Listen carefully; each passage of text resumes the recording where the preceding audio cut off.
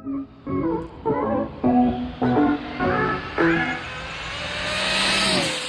how's it going, YouTube? Bring y'all a quick update. Did a few more changes.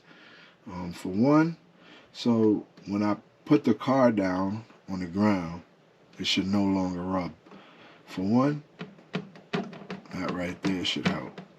It's not denting in no more. And that was definitely... Alright, sorry about that. So as I was saying, I did change the body mounts. I put, before the ending of last season, my body mounts was just like this. And then right before the end, I had cut them off. They said that it was stopping me from going faster. But this is not the body I'm going to run, this particular body. So I'm going to leave these as they is for now, because I will cut them down when I get the right body up here mounted to the way I am. So I'm going to get under the hood. Alright, YouTube, so this is how we got it set up for right now. So this is what's holding. I don't know if y'all can see that. Sorry about that. I put a little rod right here just to give the front of the Corvette body some reinforcement. Because I noticed when I pushed down on it, as soon as I touched it, it touched the wheels. Now it stays above the wheels, which is a good thing. Also, I lowered the rod height. That's how she sit for right now. I think I can get it down just a little bit more, but I think that's good for right now. Being I can't go up on this wheelie bar no more. There's no more adjustments for me to bring that wheelie bar up. So if I go any lower, my wheelie bar would be probably on the floor. I might go back with the single. We'll see.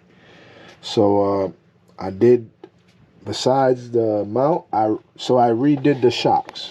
Right? That's why the rear is lower now. So what I did was I went with a lighter diff fluid. I'm using diff fluid. That's why I'm saying that. But I'm using diff fluid for shock oil. But I went with a lighter fluid because if you see these two shocks, you see how these coils are open? Now, if you look at those are tight. These are the same exact, sorry about that. Let me get the same exact springs. All right, so let me just show y'all, for instance, what I did here. So the reason I went with the lighter diff fluid or the lighter shock fluid is because the coils are compressed more. Since I closed the shock, which is lowering it, I closed it more, the coils are going to be tighter together now. So as you can see, that those coils are open compared to those. See the difference? So that's the reason I went with a lighter one, because I figured that the coils will already be tight. So we'll see how that works out. If not, I still got these. Now the only difference is I might have some more golds, but these are golds I was running on here. I also marked those dots to tell me that this was the left spring. But right now I'm running oranges. I think the orange are stronger, not sure, but I do have a bunch of more shocks that I can mess around with. But for now, I'm liking the rod height, so we'll keep it how it is. And if y'all can see the front, that's how low the front is. So I'm hoping once it launches, it raises up like that and it's gone. That's the plan anyway. That much comes up and go. So I'll do a little bit more hiding of the wires.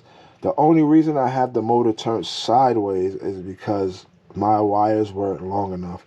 I might take these, I think these are 10 gauge. I might take them off and even probably go with 8. I'm not sure yet. I'm not going to run a cat pack on the 8S. I don't think it's needed. So what I'm going to probably do is cut the wires off that I have for the cat pack, because that's extra weight. We're going to start trimming down, try to trim down weight.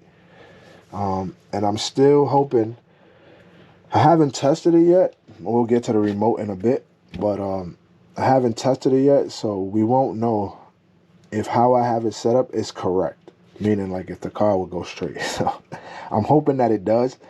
If not, I have to get a low profile servo, as I was saying before, so that way my arm will drop down a little bit more.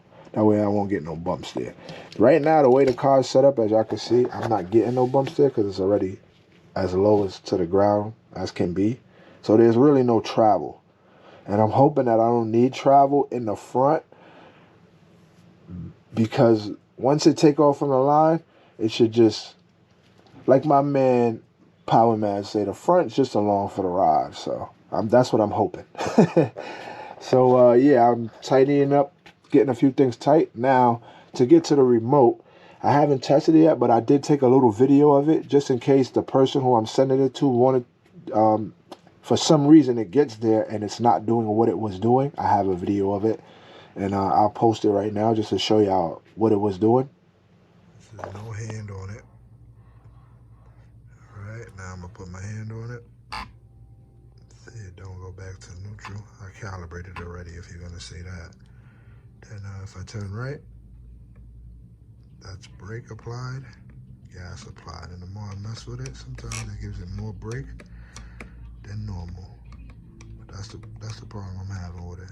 And that's only on the steering, but it doesn't do it when it's applied to the gas or the brake. But that's the issue, y'all.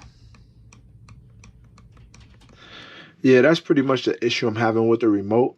I mean, it's not a big deal. Hopefully it can get fixed. If not, I'm going to have to look into get another one. It looks like I have some time because it's still cold. Another month it should be cold. I would like to just get out, not even test. I just want to literally, I'll probably throw a Spectrum in here. I just want to drive the car just to make sure that it's going straight.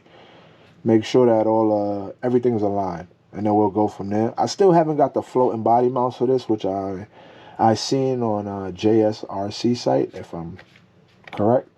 So we want to test it how it is first, and then we'll worry about that. Also, I'm going to show y'all something on Tombstone chassis. Somebody sent me a while ago. I'll get your name as well. All right, so shout out to Jared Taylor. He sent me some floating body mounts. This was at the beginning of the last season, but the way my car, I was already into my car and testing it that I didn't want to disrupt nothing, so I never put on the floating body mounts. So I am going to try it. He says he still uses his as well, so I'm going to try to give it a shot and see how it goes. So I'm going to only have it in the rear because the front, the way the design is, it won't work. So I can get some made. He said he will make me some, but I want to try the rear and then go from there. So we'll see how it is.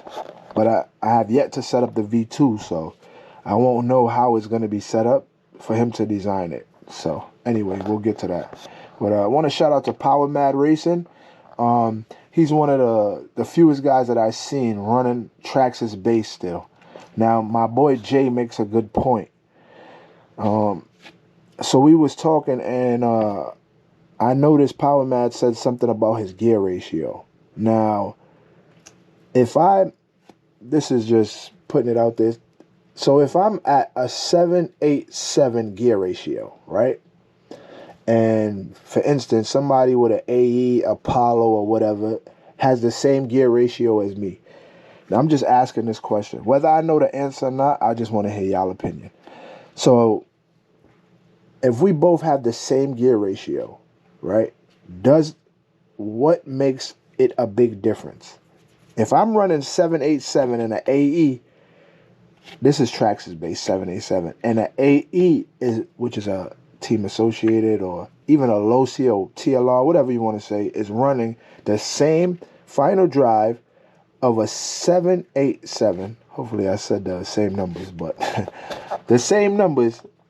What is the difference? They're the same FDR. So what's different? What I'm assuming is the lower internal gear ratio or higher would help with the launch off the line and to accelerate faster. But that's something I'll leave in the discussion for y'all. I just want to hear opinions. Everybody will have a different opinion, so I would love to hear it. That's just my... So back to... I seen Power Mad said that his gear ratio... They said that the Traxxas gear ratio isn't going to cut it. Now, I run Traxxas as my main car. So I really am looking into this because I don't want to waste time on something that I can just go faster with something else. So if gear ratio plays a big part, I would need to know in the comments. Hopefully a few people enlighten me on that.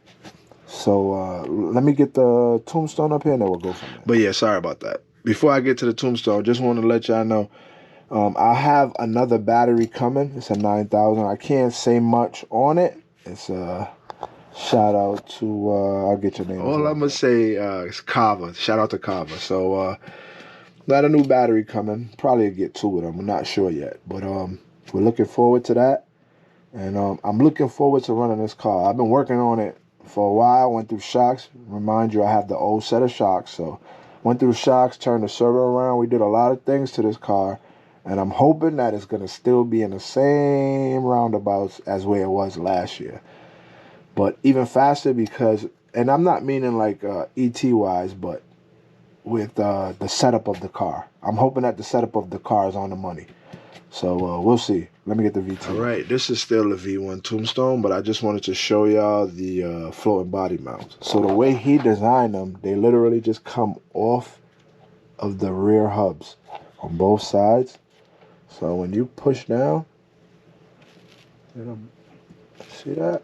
Well, let's try to get a body up here and see if y'all can actually see what's happening. But I'm going to keep that up there now. I want to give this a shot and see how that turns out.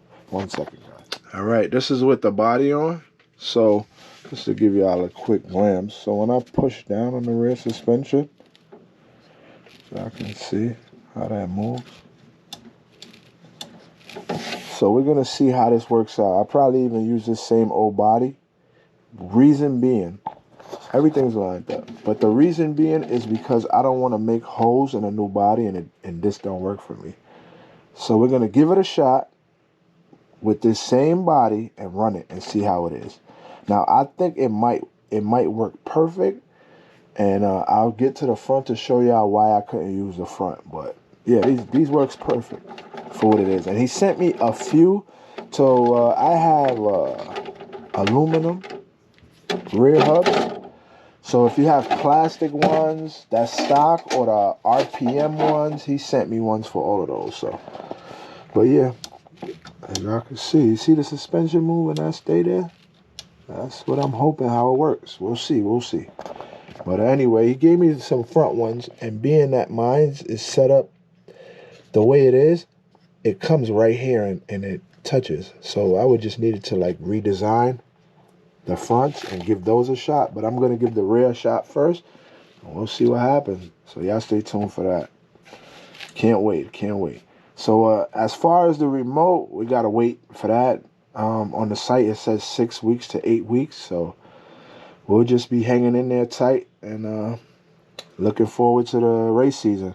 I know the next big race is coming up at Suffalo, so shout out to everybody going to Suffalo, and y'all stay tuned for the next update. We waiting on a few parts so we can get some things rolling. So, and hopefully I got a remote that I can possibly use for now, just so I can get some testing in. I'll probably even go to the garage on a weekend and just do some 66 feet, just to see where I'm at with the car, if it's going straight, if I need to bring it back to the bench, blah, blah, blah.